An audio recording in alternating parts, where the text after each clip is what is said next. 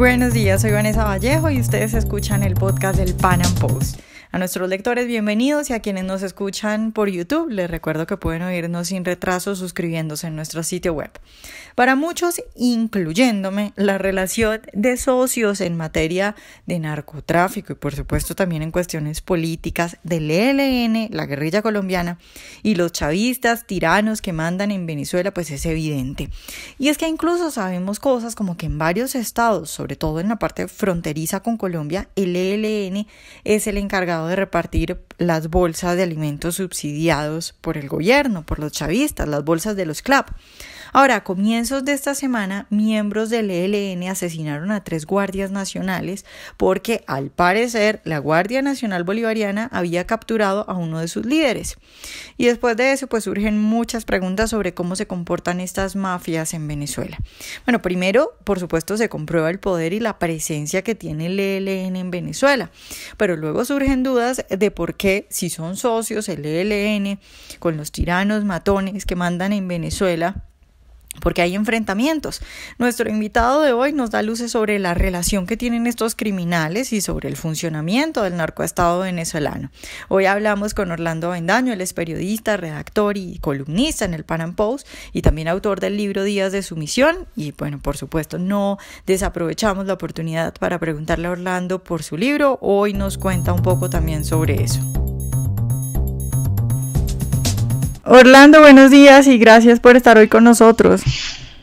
Gracias a ti, Vanessa. Muchísimas gracias por el espacio.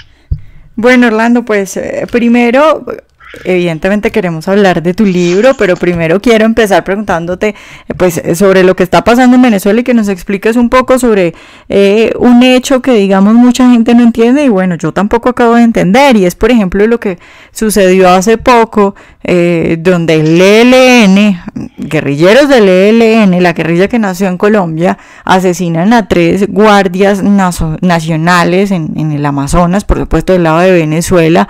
¿Eso qué quiere decir, Orlando? Ese incidente, yéndonos un poco más allá de lo que pasó, dice bastante, porque es la ratificación de alguna manera de que Venezuela es un estado fallido.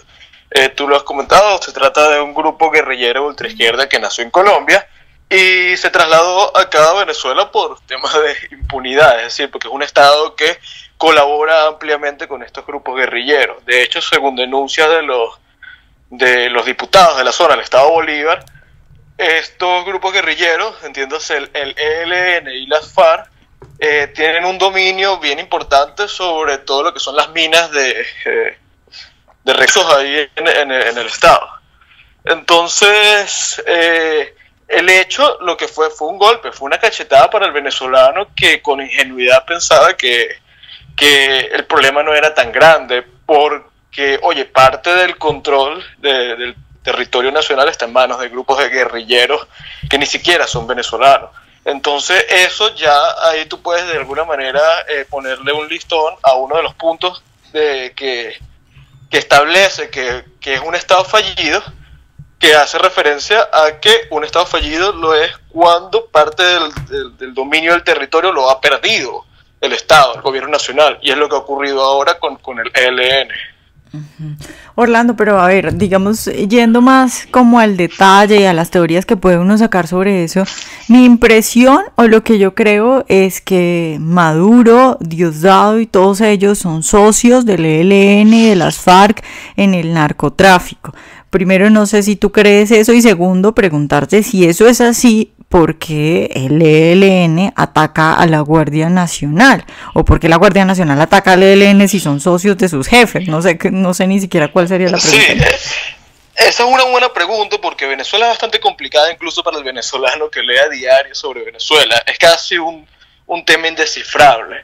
Y la razón de esto es porque el Estado funciona como mafia, ya ni siquiera es un régimen socialista natural, tradicional, sino que se ha tergiversado completamente. Funciona como mafias. Entonces tiene diferentes bandos, diferentes grupos que están en pugnas hoy.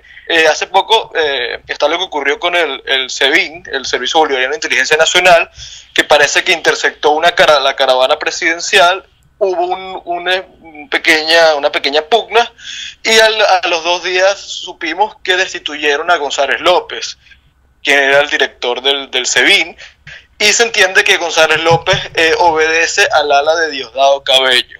Por lo tanto, estaríamos hablando de que hay una pugna entre el Ejecutivo y Diosdado Cabello, quien sería el otro hombre más poderoso de Venezuela.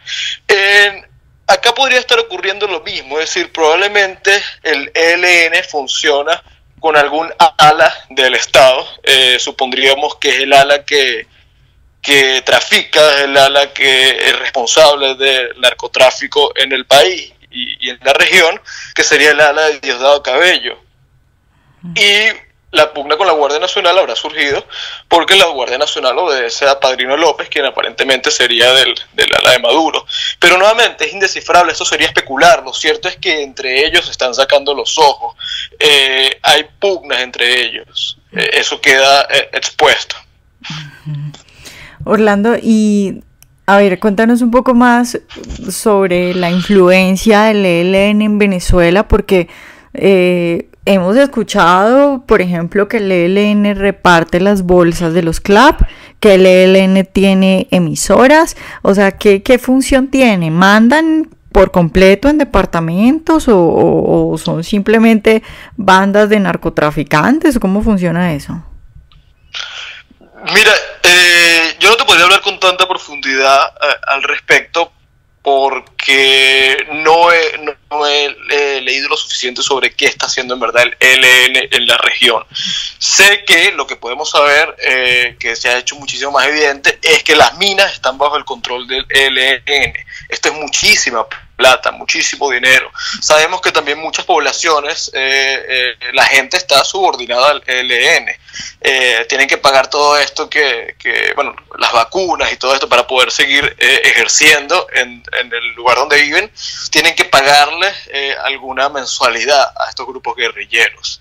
Eso es lo que te podría decir. Y sí, se ha dicho muchísimo de que ellos son los encargados de la distribución de las bolsas de comida del Estado, que son también encargados de estos puestos de salud gratuita, son encargados incluso de educación pública en las zonas, pero esto ya sería especular porque realmente no te lo podría respaldar. Uh-huh. Bueno, te cuento, me acabo de acordar que, por ejemplo, hace poco salió la noticia de que el ELN y las FARC, bueno, acá en Colombia te cuento que les dicen disidencias de las FARC, pero son las mismas FARC de siempre, claro, están reclutando a los venezolanos que vienen en camino hacia Colombia, los reclutan a los que van en el camino que no tienen un plato para comer. Eso es lo último que recuerdo de la frontera. Es cierto, también lo leí, se están aprovechando del drama de los venezolanos, el desespero para, bueno, me imagino que le ofrecerán una cantidad cuantiosa a cambio de sumarse a esos grupos irregulares. El ELN y la FARC, o las FARC disidentes, como quieren tratar de disfrazarlo, están sacándole muchísimo provecho a la crisis, sin duda alguna, que es uno de los más favorecidos junto al Estado venezolano.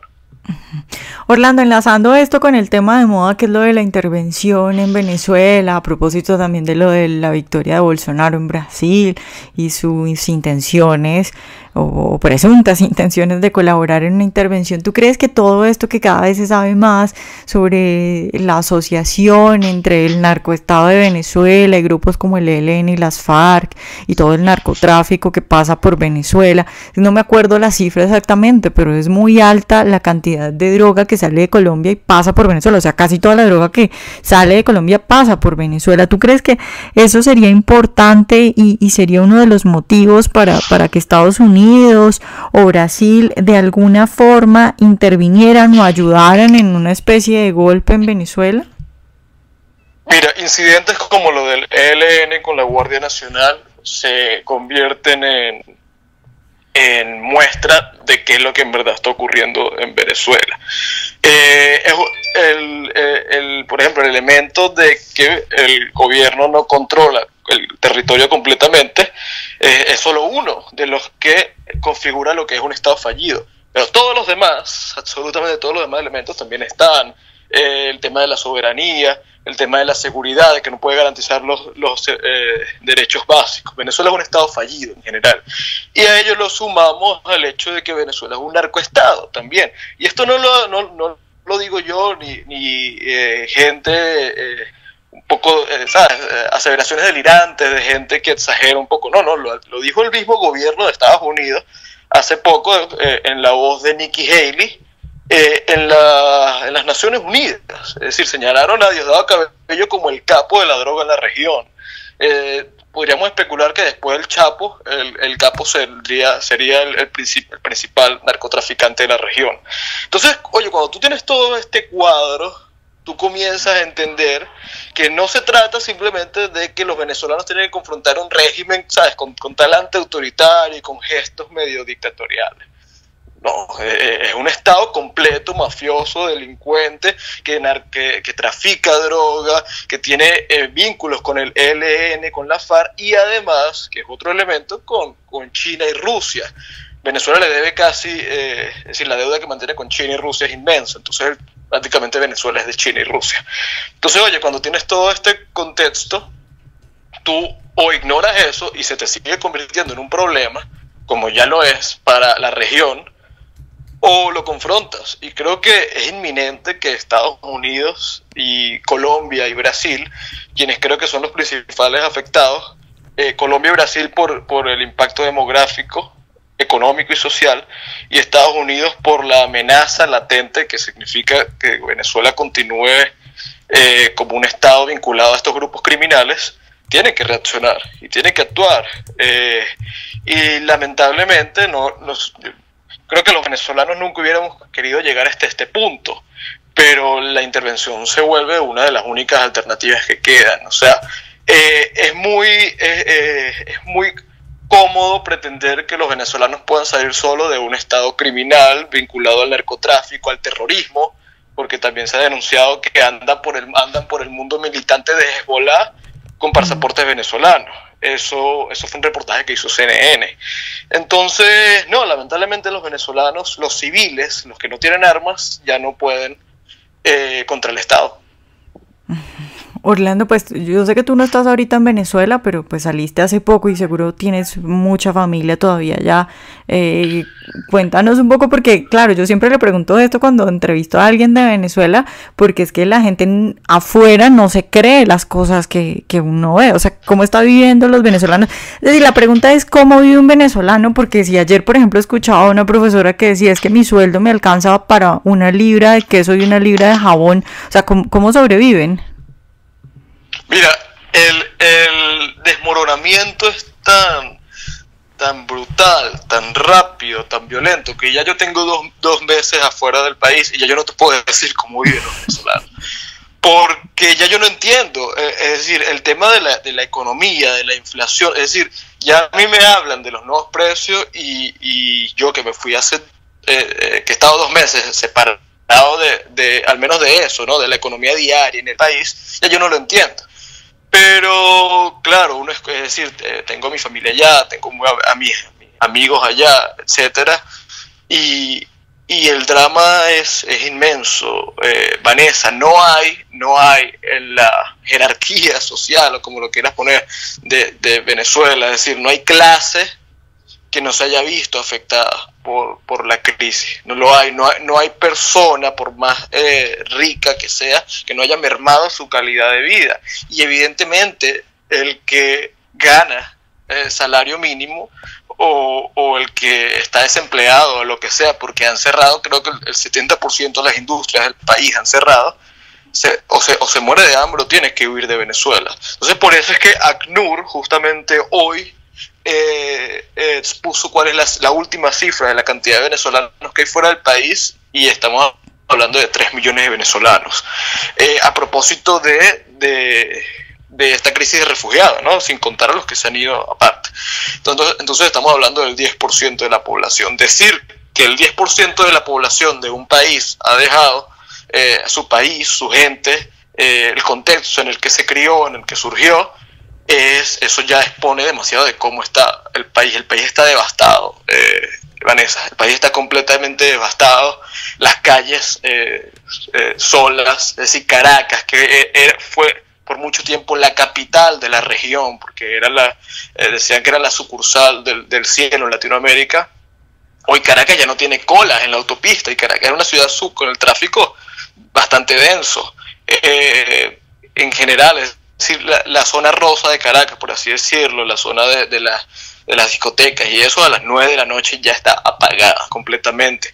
Ya el venezolano no disfruta en la calle, ya el venezolano no vive en la calle, el venezolano se resguarda temprano, el venezolano ya no disfruta como tal los pequeños espacios que pueda haber con la gente. No puede. El país está completamente devastado, y es una crisis humanitaria. Somos la población más desarraigada detrás de Siria. Es decir, el drama humanitario, estamos detrás de Siria en términos de refugiados. Entonces no es algo que se pueda tomar a la ligera. Bueno, Orlando, ahora sí háblanos de tu libro, Días de Sumisión, que es muy interesante eso porque también hay una pregunta ahí que está como constante, y es ¿qué va a hacer Cuba ahora que Venezuela no tiene dinero? Y bueno, háblanos de tu libro y qué piensas de eso a futuro, esa relación de estos dos países.